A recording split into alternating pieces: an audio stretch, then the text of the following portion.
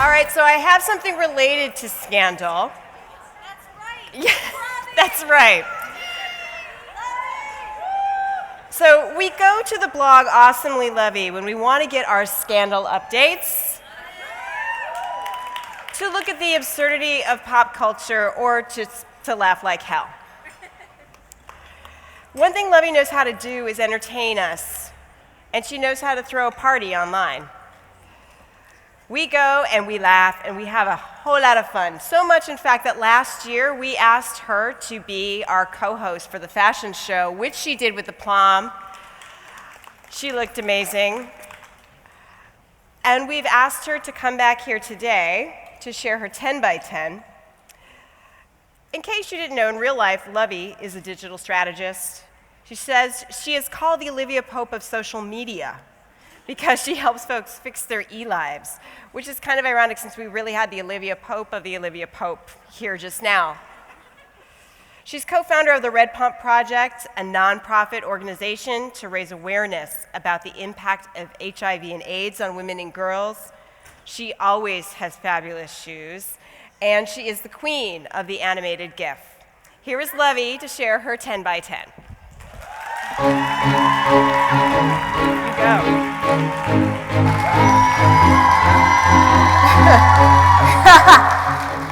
Oh my God, this mic is super loud. Hi everyone. That's crazy because I can tell everyone Kerry Washington opened for me. She's awesome. So I'm really happy to be here. Kind of nervous, but go along with me. Have my iPad me for my notes. Hopefully I don't have to refer to it too much. So I am Luvvie Ajayi of Awesomely Luvvie. My clicker is not working. Wait. Hey, okay, there we go. Let's see, let me test it. Oh, my clicker is not working. Sabotage, okay? I have GIFs for you, okay? You guys can't miss the GIFs. Can I get a new clicker? Oh, is it working?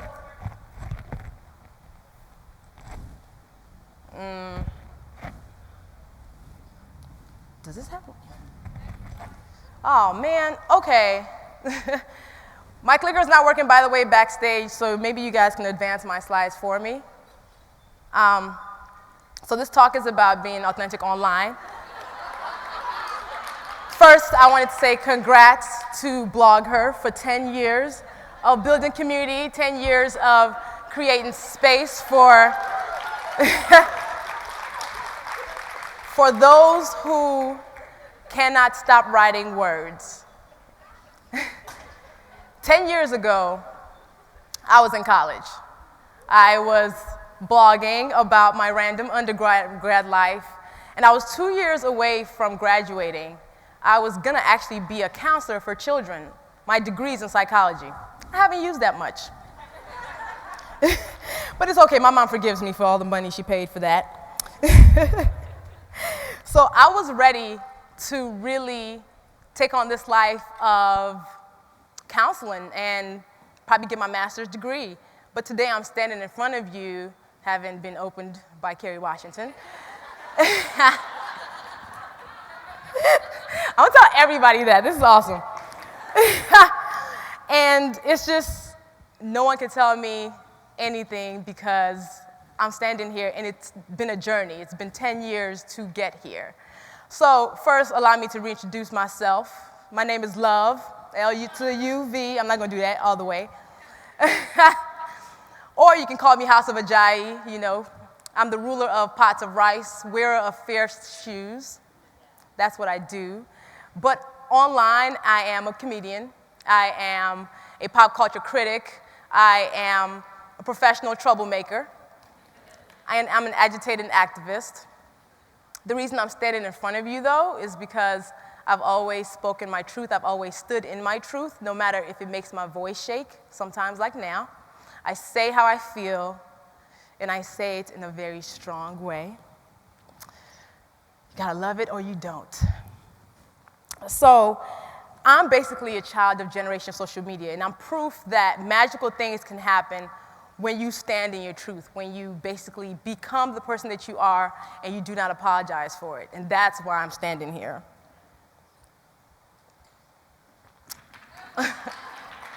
Also, my voice. My voice is why I'm here. How I say things is why I'm here. Whether I'm tackling a light topic, a tough subject, I'm doing it from the same biting, sarcastic tone. So no matter what, I'm always Lovey. Awesomely Luvvie. So I was basically able to build a brand for myself that is multifaceted, multi-passionate, and to show basically that I have all these interests. I live in the intersection of comedy, activism, and technology online. These are the spaces that I'm in, and I double dutch between them with the same level of real. I give it as I feel all the time. And it gets me in trouble way more often than I would like. But again, I always ask myself, did you say what you wanted to say? Did you mean it? Did you stand in it? And I always say yes. So the reason I call myself a professional troublemaker is because I'm the person who says what you might be thinking, but you dare not to because you have a filter. Props on having a filter. Most of the time, I'm not that person. So I've used humor to also break down the barriers of what I'm saying. Like, I use comedy to get people to relate to me more, and it's helped me throughout the years because people feel like I'm their bestie in their head. So one day, I can be talking about Crystal Metheny. Her name is really Crystal Metheny. In real life, Google her and what she did. She threw a missile in a car. It happened in Florida. But I feel like if your parents named you Crystal Metheny, they probably didn't want nice things for you. Why is your name Crystal Metheny? So whether I'm talking about her or I'm talking about why we need justice for Trayvon, I use the same tone. It's always Lovey. And it's always the same, as Lisa Stone called it, unbridled enthusiasm. So basically, I'm the person who gives the side eyes to everybody. This cat is my spirit animal. I love him. I just wonder what the black cat did to him. I was like, did he steal your meow mix? Why are you so pissed at him? That's me, but that cat gets me though.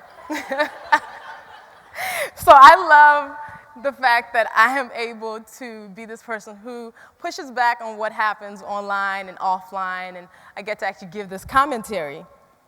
So my brand voice is really me online. Anything I do, it just makes it easier. I can't be two people, because that's too much work, and I'm kind of lazy.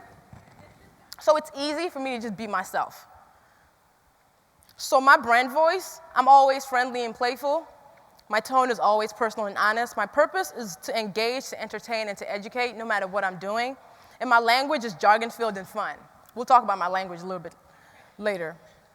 So no matter what I'm tackling, like my nonprofit is called the Red Pump Project, and we, thank you. We talk about the impact of HIV and AIDS on women and girls. And one of the things about Red Pump that really works to connect with people is we do it in a way that doesn't feel severe. We don't have town halls. We don't have, hey, let's talk about AIDS events. Our events, we use red shoes as a symbol of empowerment and to get people's attention. And I'm a shoe lover, so it works. And red is a power color. Red is the color of the HIV and AIDS ribbon. It just works. So even when I'm talking about something very serious, I find a way to make it more relatable so people can at least want to talk about it. Because who wants to talk about AIDS all depressingly all day, like, God, everything sucks. No, put on a pair of red shoes, and let's talk about it in a way that feels empowering. So a lot of people are funny online. I'm not the only one. What makes me stand out is I make my language limber. I play with words.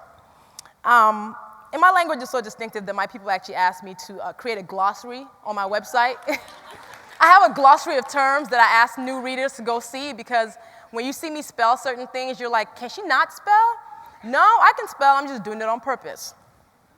So, for example, I have a website called dumbesttweets.com.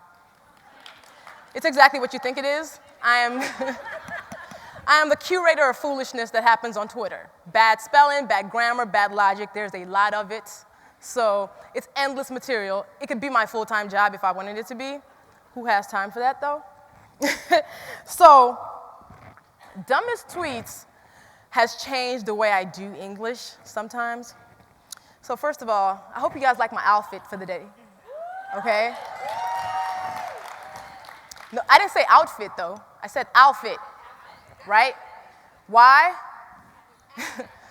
I can't even say outfit like I usually say it anymore because this is what I think of when I think of outfit. I think outfit. Why? This tweet. You ever met somebody of Twitter, then you meet up, and then they got on the same outfit, they had on the same profile picture? He was serious, okay? And this happened in 2010, and ever since then, I cannot say outfit like the regular way. I always say outfit. And people are like, Lovey, do you mean outfit? I do, but you get me, right? Pay homage. I wanted to pay homage to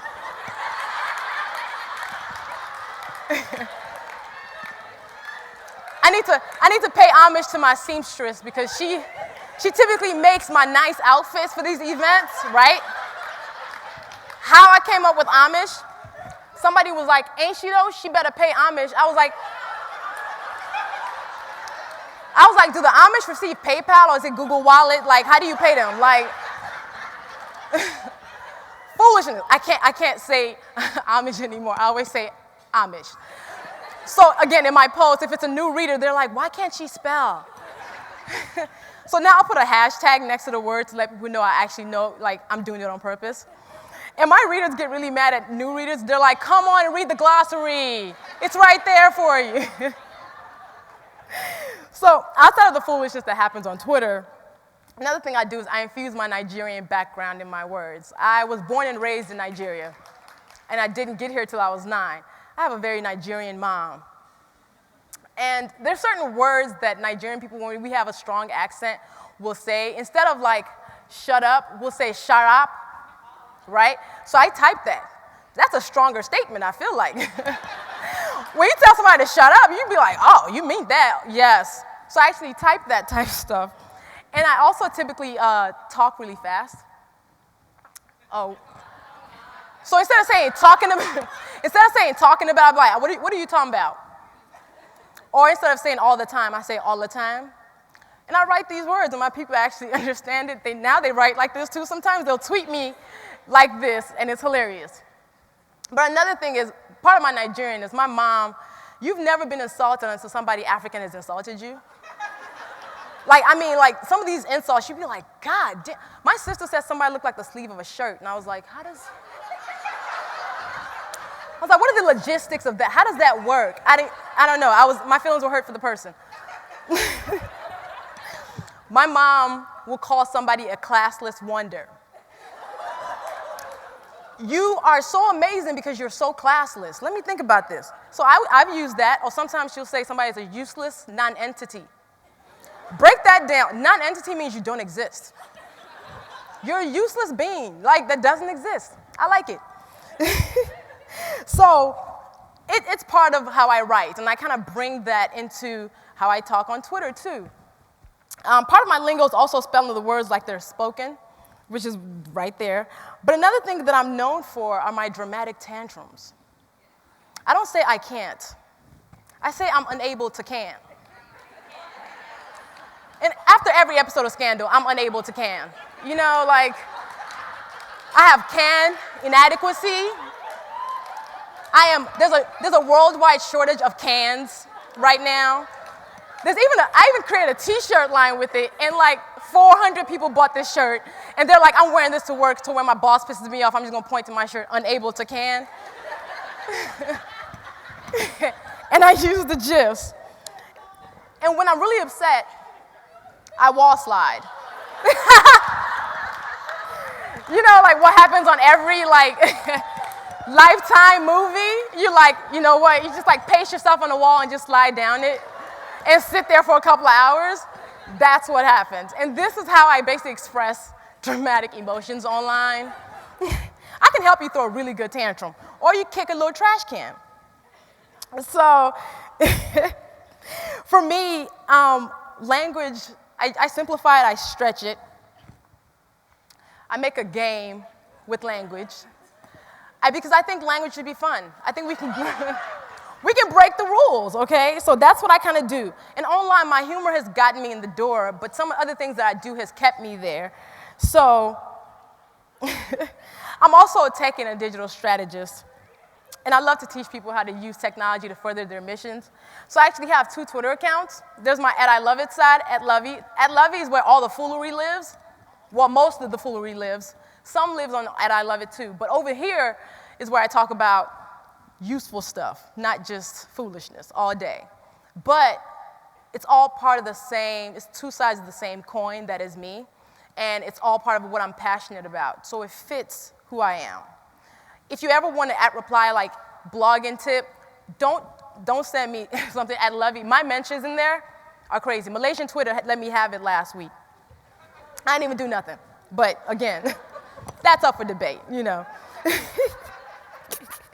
So I'm proud that I've built a community of people that can relate to me. When people tell me like, oh, you're like my bestie, in my head I'm like, that is the best thing ever. That's what I want for people who are reading my blog to feel like they know who I am, and I've done that. So humor is a great equalizer. My oldest reader is 92 years old. Her name is Mother Doretha. She's been reading my blog for 5 years. She doesn't see well anymore. So she gets her granddaughter to read my blog post to her over the phone.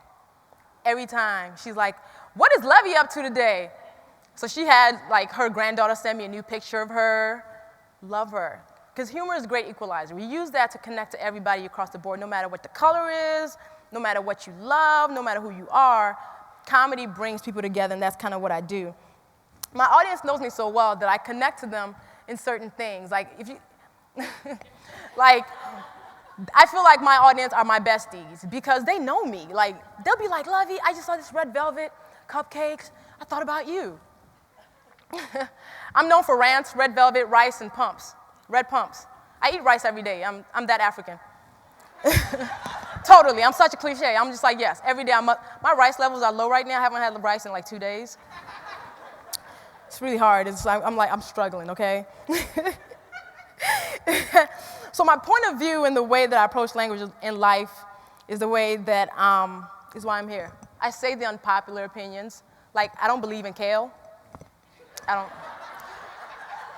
don't really like vegetables. I think I'm just like, no.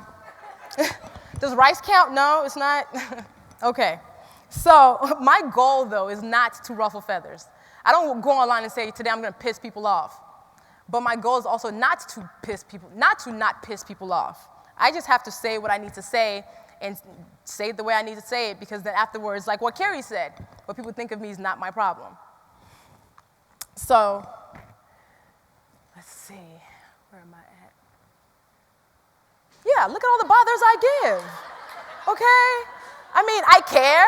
I was having a conversation with Dimitri, and I was like, this is really hard, because when the bigger you get, the more people criticize you.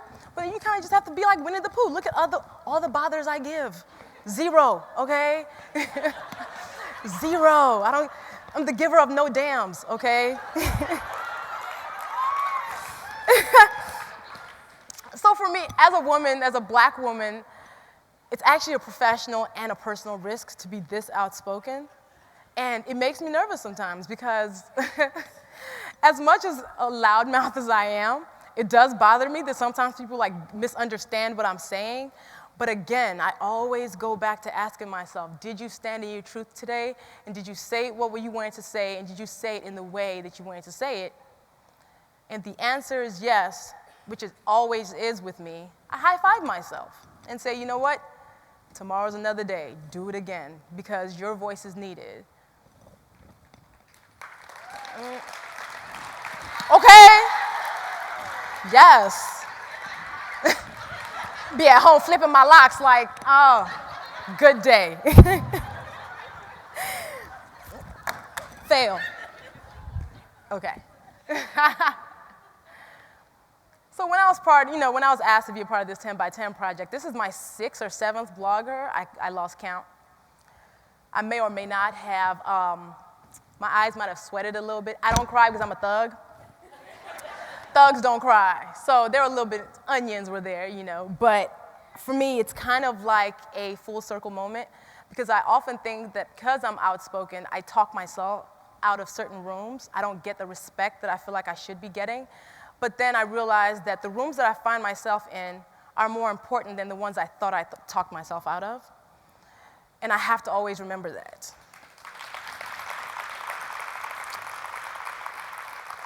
So for me, what's magic is that I am able to be multifaceted, multi-passionate, multi-amazing. And in me being unapologetically myself, my goal is to inspire somebody else to find the strength to be themselves also and to always speak their truth. So